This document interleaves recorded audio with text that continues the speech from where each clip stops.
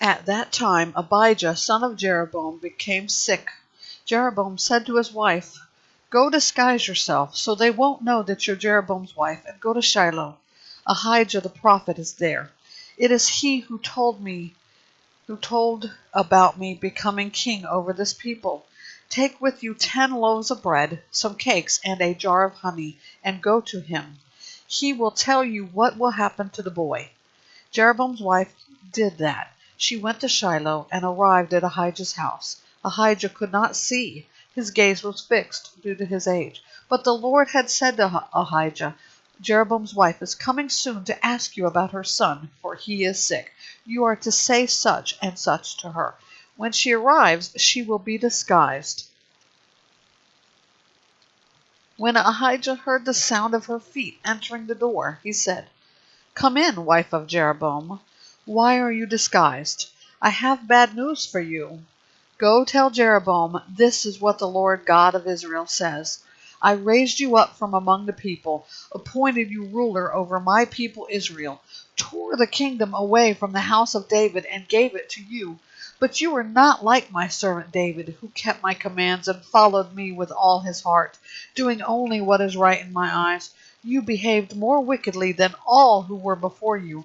In order to provoke me, you have proceeded to make yourself other gods and cast images, but you have flung me behind your back. Because of all this, I am about to bring disaster on the house of Jeroboam.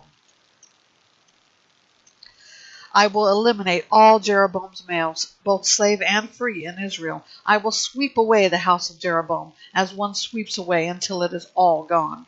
Sweeps away dung until it is all gone. Anyone who belongs to Jeroboam and dies in the city, all the dogs will eat, and anyone who dies in the field, the birds of the sky will eat, for the Lord has said it. As for you, get up and go to your house. When your feet enter the city, the boy will die. All Israel will mourn for him and bury him. He alone out of Jeroboam's house will be put in the family tomb, because out of the house of Jeroboam the Lord God of Israel found something good only in him. The Lord will raise up for himself a king over Israel, who will eliminate the house of Jeroboam.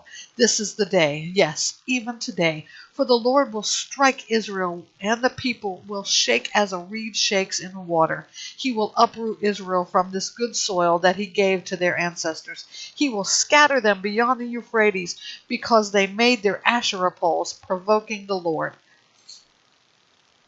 He will give up Israel because of Jeroboam's sins that he committed and caused Israel to commit. Then Jeroboam's wife got up and left and went to Tirzah. As she was crossing the threshold of the house, the boy died. He was buried, and all Israel mourned for him, according to the word of the Lord he had spoken through his servant Ahijah the prophet. As for the rest of the events of Jeroboam's reign, how he waged war and how he reigned, note that they are written in the historical record of Israel's kings.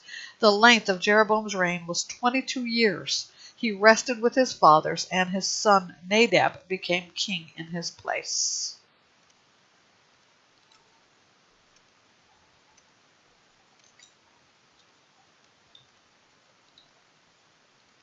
Now Rehoboam, Solomon's son, reigned in Judah. Rehoboam was 41 years old when he became king. He reigned 17 years in Jerusalem, the city where Yahweh had chosen from all the tribes of Israel to put his name. Rehoboam's mother's name was Naamah the Ammonite. Judah did what was evil in the Lord's eyes. They provoked him to jealous anger more than all that their ancestors had done with the sins they committed. They also built for themselves high places, sacred pillars and Asherah poles on every high hill and under every green tree. There were even male cult prostitutes in the land. They imitated all the detestable practices of the Lord had dispossessed before the Israelites. Of the nations the Lord had dispossessed before the Israelites. In the 5th year of King Rehoboam, Shishak, king of Egypt, went to war against Jerusalem. He seized the treasuries of the Lord's temple and the treasuries of the royal palace. He took everything. He took all the gold shields that Solomon had made. King Rehoboam made bronze shields in their place and committed them to the care of the captains of the royal escorts, who guarded the entrance of the king's palace.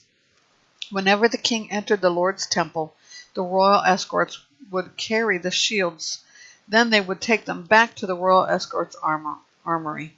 The rest of the events of Rehoboam's reign, along with all his accomplishments, are written in the historical record of Judah's kings. There was war between Rehoboam and Jeroboam throughout their reigns. Rehoboam rested with his fathers and was buried with his fathers in the city of David. His mother's name was Naamah the Ammonite. His son Abijam became king in his place.